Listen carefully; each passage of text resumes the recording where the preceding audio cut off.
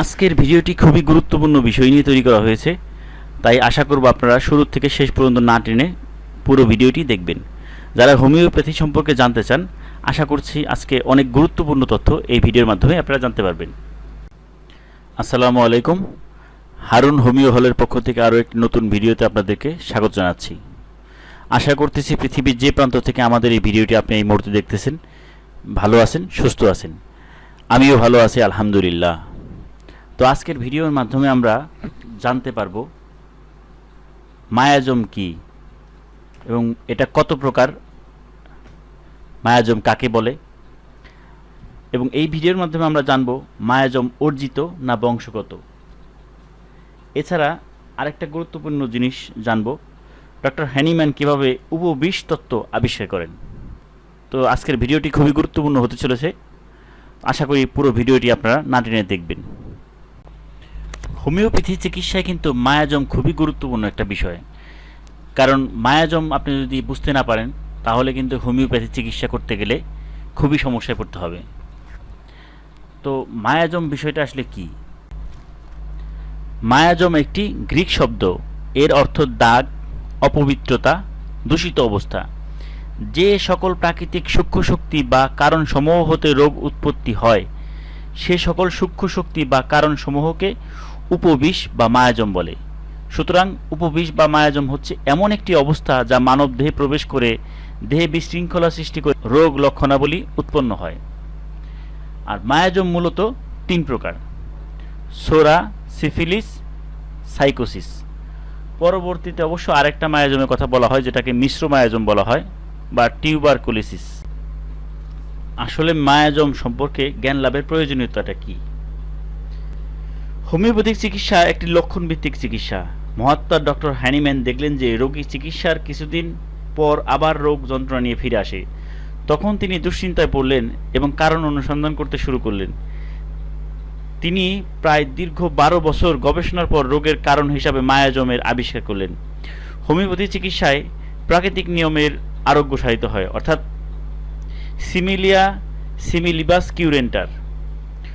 সমগ্র পৃথিবীতে যত প্রকার দুরারোগ্য রোগ সৃষ্টি হচ্ছে তার পিছনে কিছু না কিছু কারণ রয়েছে, আর এই কারণকে ডক্টর হ্যানিম্যান মায়াজম হিসেবে নামকরণ করেছেন। যেটা আমি আগেই বলেছি যে একটা হচ্ছে সোরা, আরেকটি হচ্ছে সিফিলিস, আরেকটি হচ্ছে সাইকোসিস।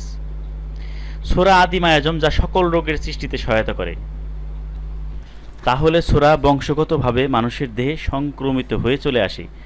আবার সাইকোসিস ও সিফিলিস একদিকে বংশানুক্রমিক চলে আসে, অন্যদিকে ব্যক্তিগতভাবে কুকর্মের দ্বারাও অর্জিত হতে দেখা যায়। প্রত্যেকটি মায়াজম এক একটি রোগের জীবন্ত প্রতিচ্ছবি।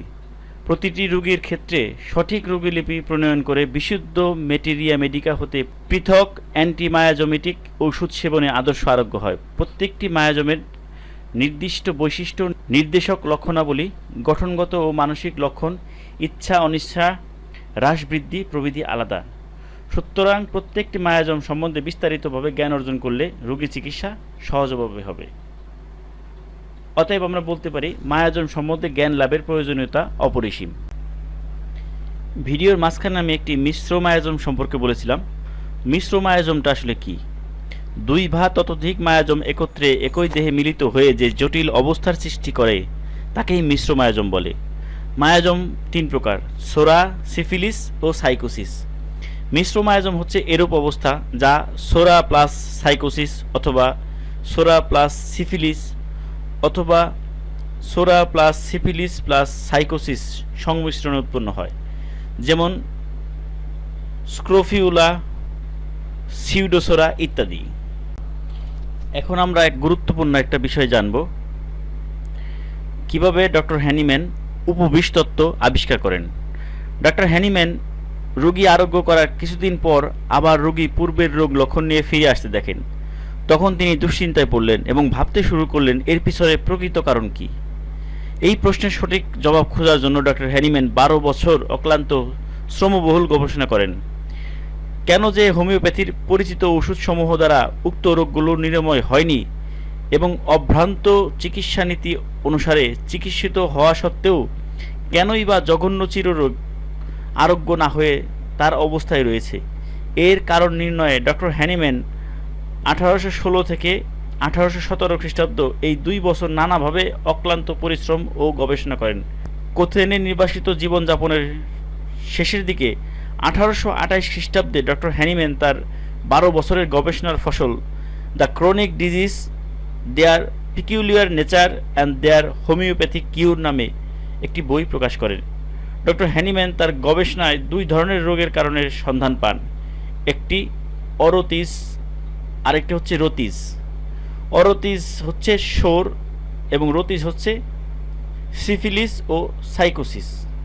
সোরামায়াজম হচ্ছে অরোতিস এবং রোতিস হচ্ছে সিফিলিস ও সাইকোসিস। এইভাবে ডক্টর হ্যানিম্যান উপবিষ তত্ত্বের আবিষ্কার করেন।